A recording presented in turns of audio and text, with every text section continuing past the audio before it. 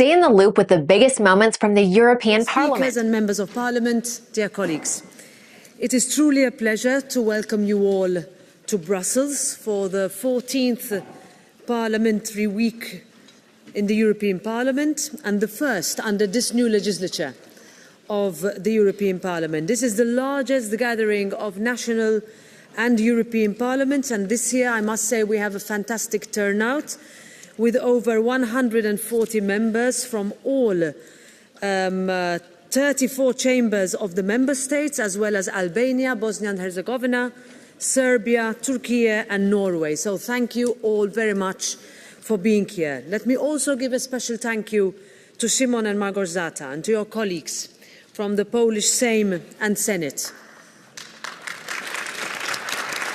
All the way to the front.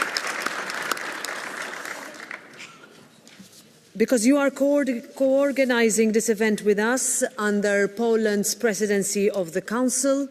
And when we met in Warsaw last December, you gave us, me and my colleagues, leaders of the parliamentary groups, a very warm welcome. So it is truly my pleasure to welcome you here today. This gathering couldn't be more timely. People across Europe are looking to us, to parliaments, to deliver. They want to see action. They don't want to see words. They want to see solutions, not excuses. And they want to ultimately feel that their vote makes a difference. Last June, when we ran for the European Parliament elections, they were my 5th European Parliament elections. And everywhere I went, the message was the same. People are worried about the cost of living. People are worried about jobs. People are worried about security. And they want their leaders to move faster, to be bolder, and to get things ultimately done. In the past month, we've seen the new Trump White House issue a flurry of executive orders, and the contrast with our cautious, consensus-driven processes here in Europe could not be starker. And whether we agree with what is happening across the Atlantic or not, the perception is that things are being shaken up. Now, as lawmakers, we have too often allowed the ordinary business of politics to appear slow and stagnant, as if nothing could ever get done. And by doing so, we've left a space to those on the fringes to present themselves as champions of speed and direction. So let's be clear. Parliamentary democracy is the best model we have. But it's up to us, collectively, all of us, to prove that it works. And that means cutting through the noise, pushing past political divides, and focusing on what really matters: our long-term success. We are the world's largest single market. We are a global economic powerhouse. We have a highly skilled, highly educated workforce. Our levels of inequality are among the lowest, and our life expectancy is among the highest. But we cannot be complacent. The challenge now is to secure these gains for the future. We know what needs to be done.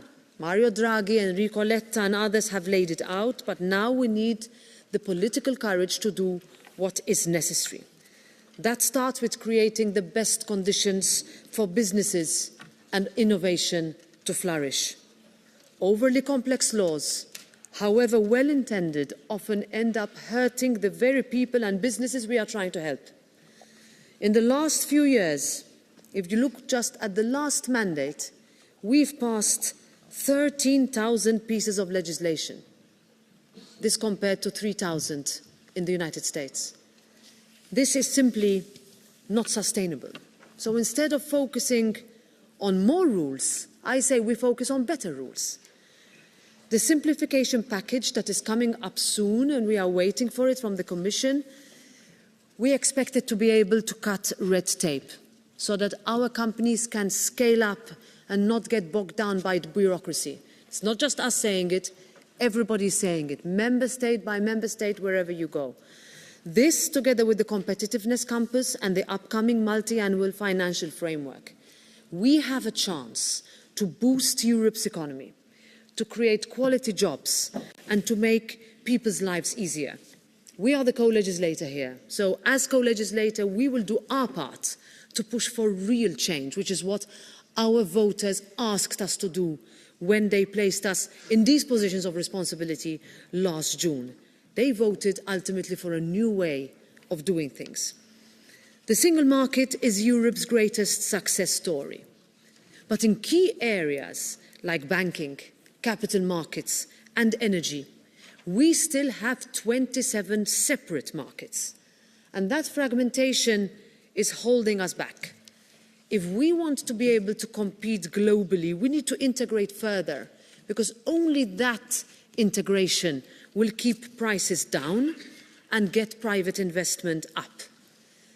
Growth also means strengthening ties with others, starting with our closest neighbours, many of whom are in our room today. Every enlargement has brought challenges, but also economic benefits. And yet, in the last decade, and think about this, in the last decade, the European Union has lost more members than it gained. And this is something we need to reflect on. This is something that we need to answer for. It is our responsibility and duty to do so, because if we stand still, it's very clear others will fill the void. The European Union is one of the most open economies in the world, and trade has been a major driver of our prosperity. Ultimately, trade wars benefit nobody. But we must be ready for any scenario. Europe must use its global weight to unlock new trade deals that expand our market and create win-win opportunities. Final words. Dear colleagues, I have been a member of this European Parliament for 11 years now. And I must say I'm proud of how far we have come, but I've also seen what happens when we take our voters for granted. This Parliament has seen what happens when voters are taken for granted. We cannot keep going as before, just because, as we like to say it, and we say it often in Brussels, that's the way things have always been done. People don't want empty words. People want action. They want proof that through dialogue and compromise, we can build a better future. And there's no better opportunity for us to do this, for you to spend the next couple of days with members of the European Parliament coming from your country or coming from your neighbouring countries, or members you've never met before. But you will see that the challenges are the same, wherever you come from and whatever your background. I think at the end of the day, our citizens want proof that through dialogue and through compromise, we can build a better future. That's our challenge, and that's our responsibility. The choice ultimately is ours, and the time is now. Thank you.